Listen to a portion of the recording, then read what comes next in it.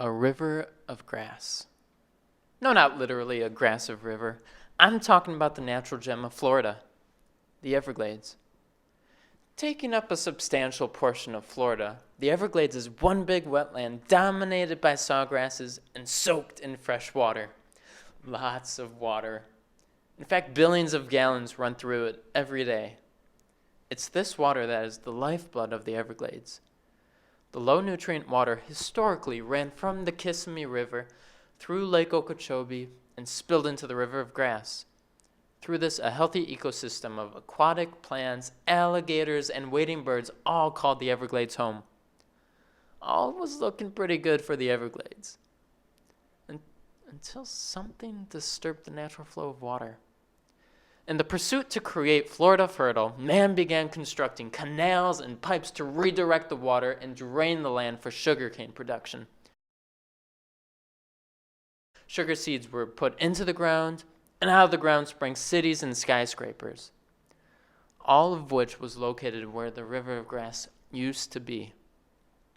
The more the development, the greater the need was to control the water and further stop the natural flow of the Everglades. But this wasn't even the pristine water from before.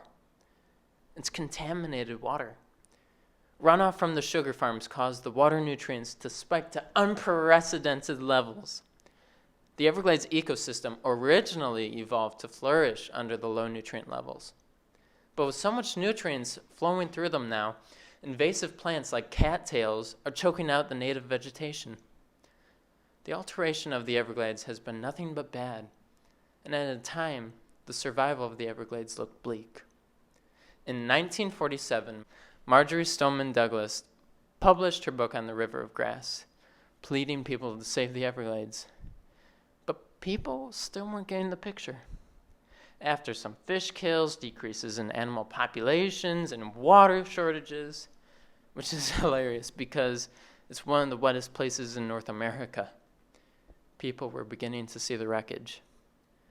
Over the past 20 years, citizens and politicians have been backing legislation that benefits the Everglades. The Make the Polluter Pay Act, the Everglades Forever Act, and the Comprehensive Everglades Restoration Plan have all helped restore the Everglades. The latest, SERP, is currently the largest restoration project in the world, ranging around $12 billion. SERP is beginning to build stormwater treatment areas, buying critical land from the sugar companies, and doing all they can to turn the River of Grass back to what it used to be.